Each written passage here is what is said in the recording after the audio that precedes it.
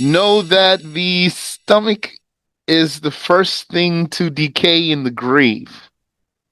What are the sins of the stomach? This is a short chapter. We can first summarize by saying haram meat. That includes pig meat. It's not limited to pig meat.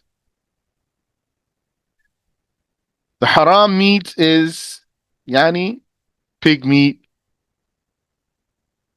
Also, if we say unkilled, yani or unslaughtered meat of other animals, other edible animals, not even talking about inedible animals. Inedible animals, if you slaughter them, you still can't eat them, like bears and wolves, tigers. Pig is inedible, but we are naming it because the religion named it in particular. The religion singled out that animal for being named here. And the unkilled meat means the edible things, the birds, the sheep, the cow. Yeah, I mean, not all the birds. Which birds are inedible? The ones that attack viciously with talons. Yani, let's say, inedible, inedible animal. Like what? Birds, the, what are they called? Raptors. Raptors meaning the birds that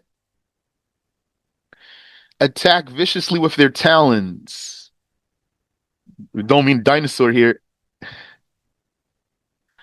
Also, we could say here predators, and that includes scavengers.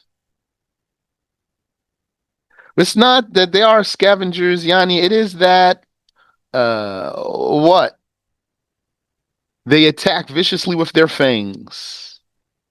Raptors attack viciously with talons. Predators and scavengers attack viciously with fangs. But even uh, the word predator is not really the issue. What's really the issue is that they attack viciously with fangs. What attacks viciously with fangs? It's not a predator technically, though. Do you know something that attacks viciously with fangs and it's not technically a predator? I know at least two, or even three. Five, four, three, two, one. Elephant. Elephant attacks viciously with his fangs. It's just I know the word fangs probably threw you off though. You hear the word fang and you're thinking of just two sharp teeth coming down. Maybe. In the corners there. The Arabic word is anyab. The anyab are the sharp teeth. Uh, they might be in particular those sharp teeth that are in the corners. They're not going to usually say elephant has fangs. They're going to say it has tusks. But same rule. Okay. So that's the rule, so that you know. The rule is here. It attacks viciously with its fangs. Not that's predator or scavenger. Hmm.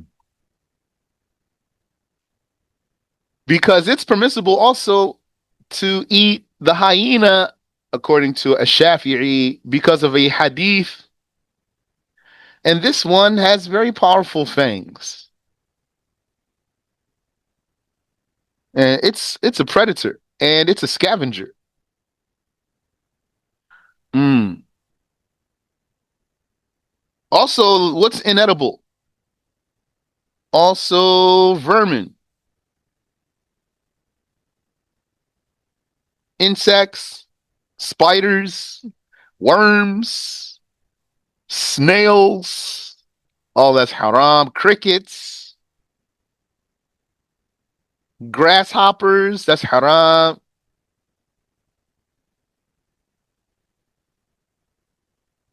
I know some people they fry crickets and grasshoppers. Subhanallah, it's like a delicacy for some people. I suppose like a delicacy. But it is permissible to eat the locust. The locust. Yeah, even grasshopper cannot eat the grasshopper. You can eat the locust. It does not need to be slaughtered. Also, the locust. That means if it's already dead, you can still eat it. Yes.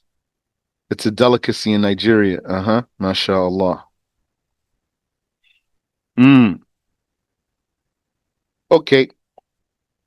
And under vermin also comes the mice, snakes, not just bugs. Hashara.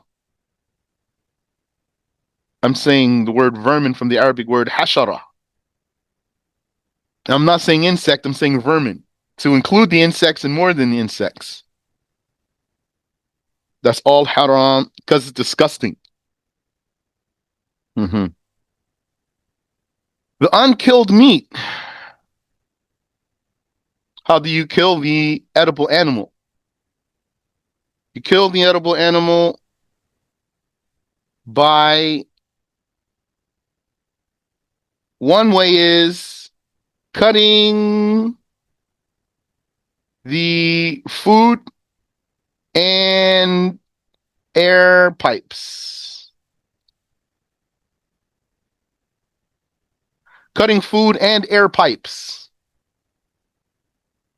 with, yeah, we say cutting means using a blade.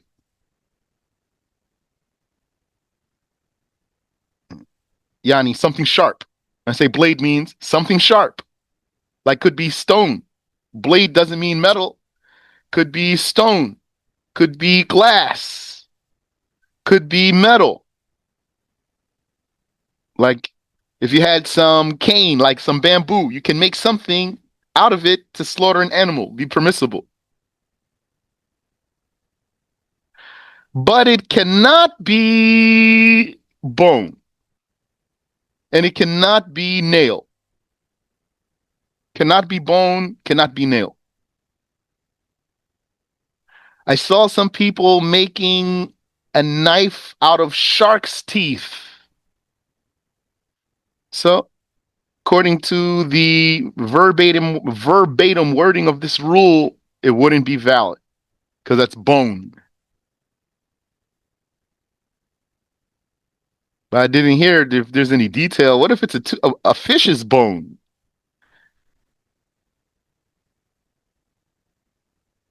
As for me, I won't use it. A shark tooth knife, not to slaughter an animal. That is. So just talking about slaughtering animal.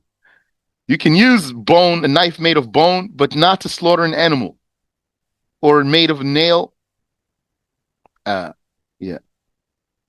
Or else, if you can use bone or nail to slaughter the animal, then why you cannot just dig your fingers into his throat and pull his throat out, or sink your teeth right into his throat and bite his throat out? So, it needs that its throat is cut with a blade, even of stone or glass or metal. And who's the cutter? Cutter is a Muslim or Christian or a Jew, not Christian country means you can eat the meat indiscriminately, like some of the weak people say. They say we are in a Christian land. It's permissible for us to eat the food of the people of the book. And they will very much insist to eat any meat they want to eat. They will be very offended for you to suggest that this meat is haram. And they will eat it in defiance of you. Maybe they'll stop being your friend if you suggest that that meat is haram. Ah, okay. A Muslim, a Christian, or a Jew slaughters this animal. And the slaughter is, according to the Shafi'i school, in God's name or no name. It will be valid.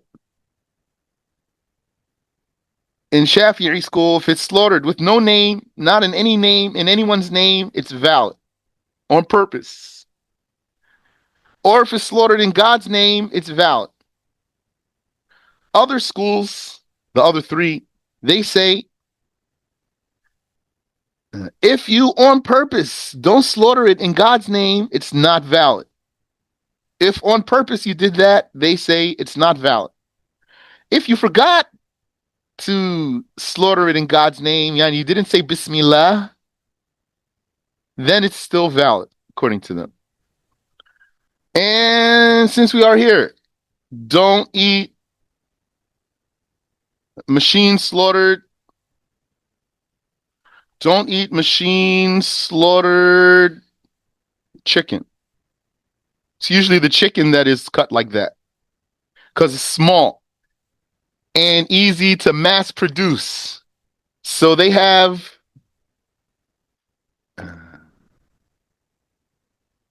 conveyor belts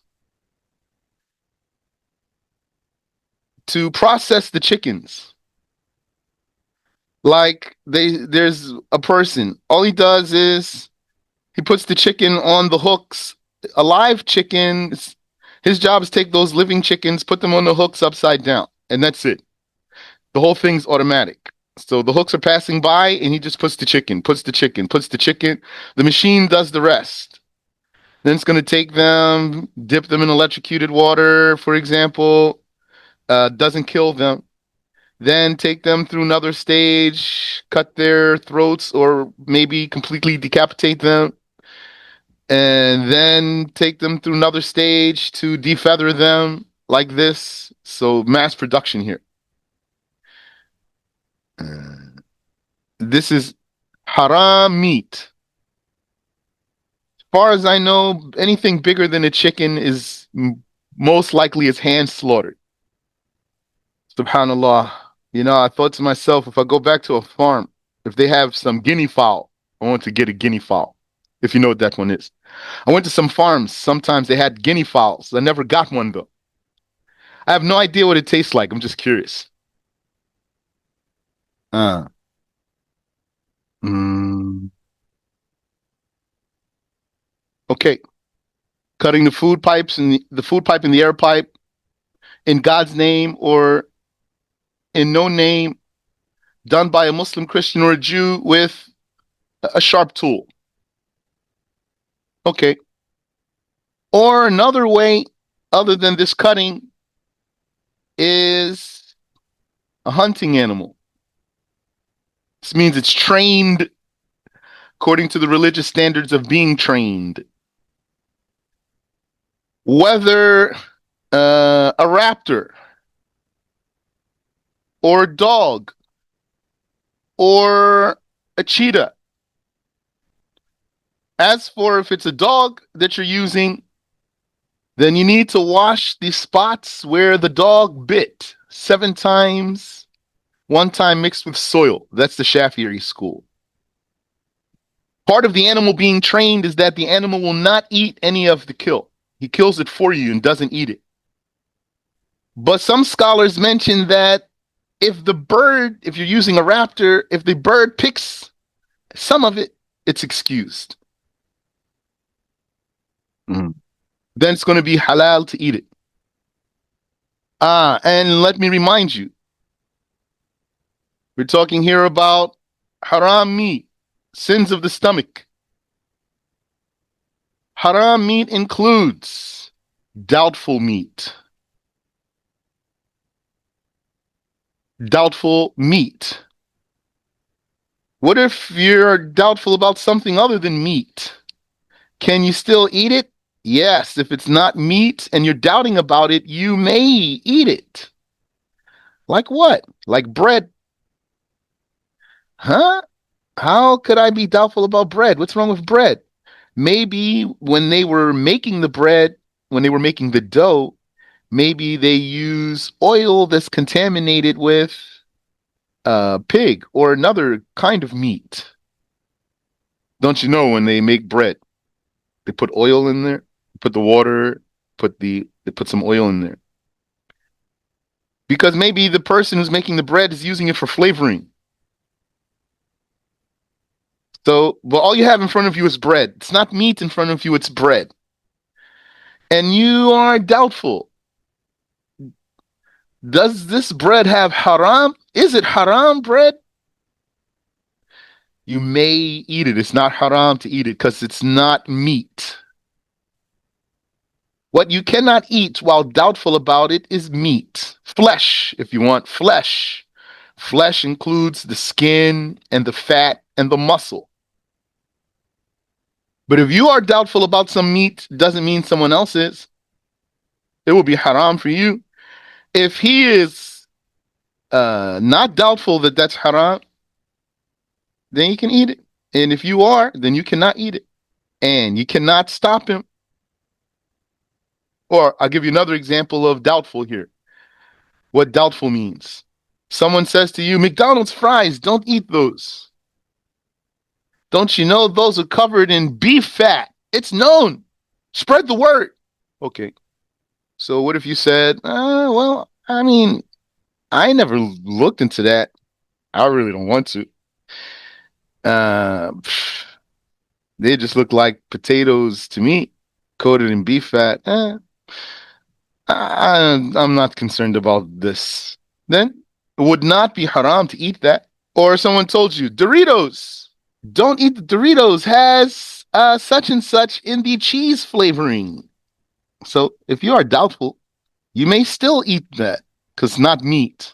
Or someone tells you, the Mountain Dew, don't you know what they use for the coloring? They use beetles. They grind up the beetles for coloring. So if you are doubtful, you may still drink it. Okay. As long as you have haram meat in your stomach, or haram food, rather, haram food in your stomach, even if it's stolen food, even if the meat is itself is halal, but it's stolen, for example, or is paid for with haram money, as long as you have haram in your stomach, then you have no reward for your prayer. Oh. What else is haram? A sin of the stomach, drinking alcohol, wine and the like. And that's najasa, it's filth. Alcohol is najis, filth. And the scientists or doctors, they say it is truly poison. They say, really, it's poison. They say, if you take enough of it, you will die. MashaAllah. Under Islamic law, if you get caught for drinking, you will be lashed from 40 to 80 lashes. 40 is the minimum. The Messenger sallallahu alaihi wasallam lashed 40, and Abu Bakr lashed 40, and Umar ibn al-Khattab lashed 80. Because during his time, the empire expanded greatly. So there was more alcohol amongst the Muslims. And Ali, he lashed 40. And what else is sin of the stomach? Said here, consuming something with haram money, like riba, usury money. You had money from riba and you bought food with it and ate it. Or, yani, you did riba. Like you said to a person, I'll sell you these chips, this bag of chips now for 2 bags of chips next week. You take this bag of chips now, you're going to give me 2 bags of chips next week. Then he comes, gives you your 2 bags of chips. That's not really for you because haram, invalid deal here. And then you take that and you eat some of it. This is a very severe sin on you. You don't know what you're doing to yourself here. Everything seems normal. You have no idea what you're doing to yourself here. The people who consume the riba, they will come out of their graves and they will be weighed down by their stomachs, weighed down like they can't stand up. All the other people come out of their graves and they are able to move, like to come out of their graves and move forward. They can walk normally. The people who consume the riba, they will come out of their graves and they will be weighed down by their stomachs. Tax money, that's haram. Can't eat from that. What else? Something else, the sin of the stomach? Yeah. Also eating disgusting things. Disgusting. Eating disgusting things like sperm. I'm not even talking about filth here. Just talk about it's disgusting, like rotten food. Eating rotten food is haram. Cannot eat what's disgusting. Like the mucus that comes down from your head. It's not, it's haram to swallow this. According to the Shafi'i school, it will even break your fast. When the mucus drips down from your head, if you swallow it while able to spit it out. Or if it's in your nose, this is Shafi'i school. If it's in your nose and then you snort it in to your head so you can get it into your mouth to spit it out through your mouth, this will break your fast itself. Just snorting it into your head will break your fast, although you want to eject it from your mouth. But swallowing it is haram. And likewise, the phlegm that comes from the chest, if you cough it up and it comes into your mouth, you have to spit it out. You cannot swallow it back down. Or eating saliva, collectible saliva that came out of the mouth. Like what some people will do, spit in the mouth of the other, and then that one will swallow it. This is haram. Also, what's the sin of the stomach? Consuming intoxicants. Consuming intoxicants, some of them will take your mind away, some of them won't take your mind away. But they would give you euphoria. Yani, like you are enchanted. You are, some people might say, it's like you are lifted. Or someone might say, it gets you open, opens you, something does to you. But without taking your mind away. This is haram. The one that takes your mind away is haram. And the one that does not take your mind away is haram. Yani, that includes hashish, marijuana. That's correct saying that is haram. Sheikh Abdullah says even in small amounts is haram. It's not a condition to be in big amounts. And he says the small amount leads to the big amount. Wallahu alam. Let's stop there. Inshallah, we covered pretty much the basics of the sins of the stomach. Do you have any questions?